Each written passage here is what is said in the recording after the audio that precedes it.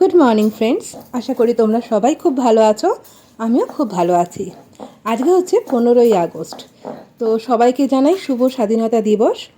তো তোমরা সবাই দেখতে পাচ্ছ আমি এখন কিন্তু একটা শিলনোড়া নিয়ে বসে পড়েছি। এটা যদিও বা অনেক পুরনো যুগের বা পুরনো আমলের হলেও আমার কাছে কিন্তু খুব একটা আনন্দের বিষয়, জানো। গত 22 বছর ধরে বিয়ে হয়েছে, মানে 22+ আমার বিবাহিত জীবন। এতদিনে কিন্তু আমি কোনোদিন শিলনোড়া ইউজ করিনি।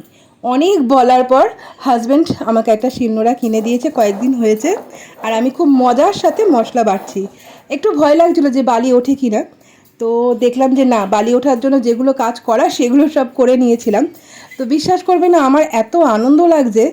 বিয়ের আগে তো মেয়েরা আর এইসব কাজ করে না, বিয়ের পরেও আমাকে কোনো দিন মানে শিলনোড়া বাটাবুটি করতে হয়নি। পরেই হাজব্যান্ড, আমার একার সংসার, তো ও চায়নি কখনো আমার কষ্ট হোক বা কোনো প্রবলেমে আমি পড়ি ছোটো বাচ্চা নিয়ে। তো আমি অনেক রিকোয়েস্ট করার পরও ও কিন্তু আমাকে শিলনোড়া কিনে দেয়নি। লোকে ভাববে বাবা শিলনোড়ার গল্প আবার কি বলছে, কিন্তু বিশ্বাস করবে না আমি যে মানে কতটা খুশি এই শিলনোড়াটা ইউজ করতে পেরে। আর সত্যি এবার থেকে আমি রোজই প্রায় এটা ইউজ করব। তো তোমাদের সাথে শেয়ার করলাম, কেমন লাগছে অবশ্যই কিন্তু আমাকে কমেন্ট করে বলবে। হাই ফ্রেন্ডস, তো গরমের মধ্যে মেন যুদ্ধ হচ্ছে কি জানো তো, রান্না করা। তো চলো আমার রান্না হচ্ছে ডান, তোমাদের একবার দেখিয়ে দিই। আগে এখানটায় আসি। হ্যাঁ, এটা হচ্ছে রাতের রুটি খাওয়ার জন্য কুমড়ো আলু দিয়ে আর ভাজা মশলা দিয়ে একটা তরকারি করেছি। এই তরকারিটা তোমরা দেখতে পাচ্ছ, এটা আমার মায়ের রেসিপি, আর মা খুব ভালো বানাতেন, কিন্তু চেষ্টা করি মায়ের মতো। এটা দিয়ে জানো তো রুটি, পরোটা, লুচি সব খুব ভালো লাগে। আর চলে আসো আজকে দুপুরের লাঞ্চ মেনু কি আছে। দাঁড়াও, খুব গরম।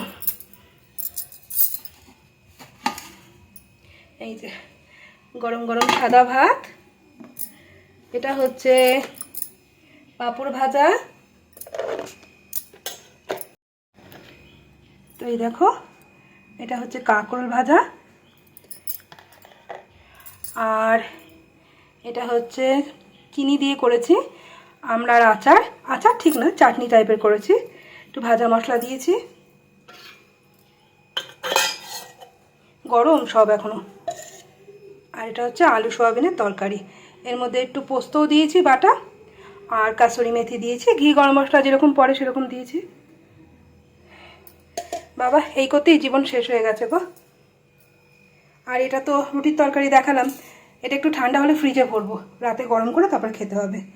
তো এই হচ্ছে আজকের মেনু।